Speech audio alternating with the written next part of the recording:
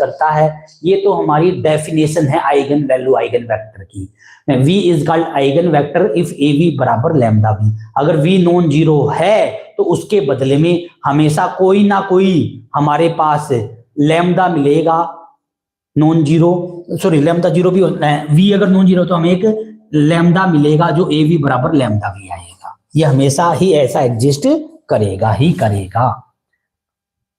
ये तो डेफिनेशन है, यानी कि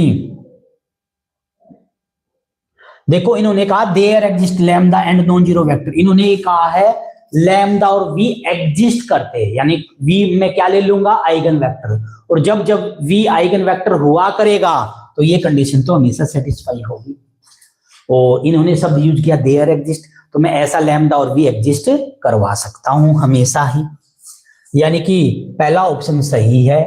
कहता है there exist lambda and mu and linear independent V and W। ये बात इन्होंने गलत कर दी। कहता है V और W दो इंडिपेंडेंट आइगन वेक्टर।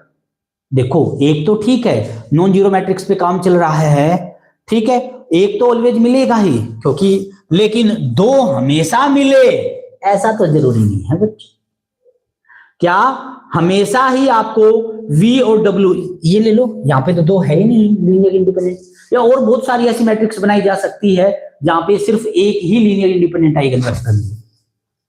क्या और भी बहुत सारी मैट्रिक्स ऐसी बनाई जा सकती है जहां पे सिर्फ एक ही लीनियर इंडिपेंडेंट आइगन वेक्टर मिले। क्लियर? याद है ना AM GM, AM 4 आ जाए GM 1 आ जाए, ऐसा किया जा सकता है। GM क्या होता है? Linear independent eigen vector.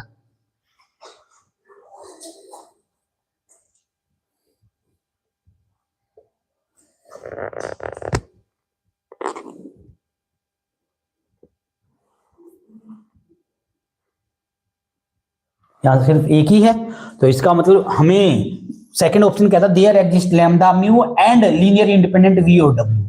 तो V और W दो लीनियर इंडिपेंडेंट आइगन वेक्टर मिले हर बार कोई जरूरी नहीं है। तो यहां जो ट्रिक छिपी हुई थी वो इसके अंदर छिपी हुई थी, तो ये गलत हो गया। तीसरे ऑप्शन में भी लीनियर इंडिपेंडेंट कहा V और W को, तो ये बात भी गलत हो गई। ठीक है, अब इनवेरिएंट स्पेस समझाता हूं बच्चों, ध्यान दीजिएगा। इनवेरिएंट सबस्पेस,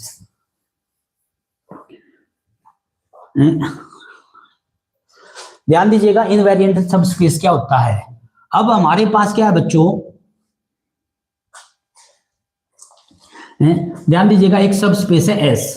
मैं क्या बनाता हूं बच्चों, एक मैंने सेट बनाया कि A की मल्टीप्लाई X से करी तो वो हमेशा S में जानी चाहिए for all X belong to S। ये जो सेट है, ठीक है, A और X की मल्टीप्लाई वापस S में जाए तो इसको बोलते इनवेरिएंट सबस्पेस। क्या बोलते बच्चों? Invariant subspace. और ये जो इनवेरिएंट सबस्पेस होता है हर एक डायमेंशन का इनवेरिएंट सबस्पेस बनाया जा सकता है बच्चों। क्या ये क्या होता है? Invariant subspace. और ये क्या है? एवरी फाइनाइट डायमेंशन, हर एक फाइनाइट डायमेंशन, एक से लेके n, हर एक फाइनाइट डायमेंशन का ये इनवेरिएंट सबस्पेस बनाया जा सकता है। चौथे ऑप्शन में there exist a 3 dimension subspace of W। Subspace कहता 3 डायमेंशन का सबस्पेस मिलता है W। कैसा? कि A W belong to W, मतलब इनवेरिएंट फॉर ऑल दिस। ये कहता है 3 डायमेंशन का इनवेरिएंट सबस्पेस बनाया जा सकता है। बिल्कुल, यहाँ 3 का कोई लॉजिक नहीं है। वेक्टर स्पेस की डायमेंशन 4 है तो 2 डायमेंशन का भी बन सकता है, 1 डायमेंशन का भी बन सकता है, 2 डायमेंशन का भी बन सकता है, 3 का भी बन सकता है, 4 का भी बन सकता है। क्लियर?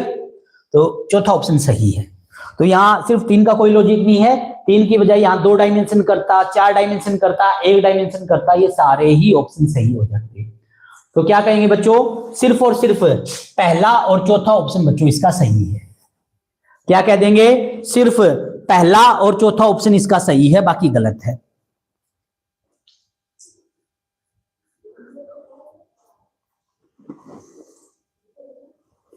क्लियर हुआ?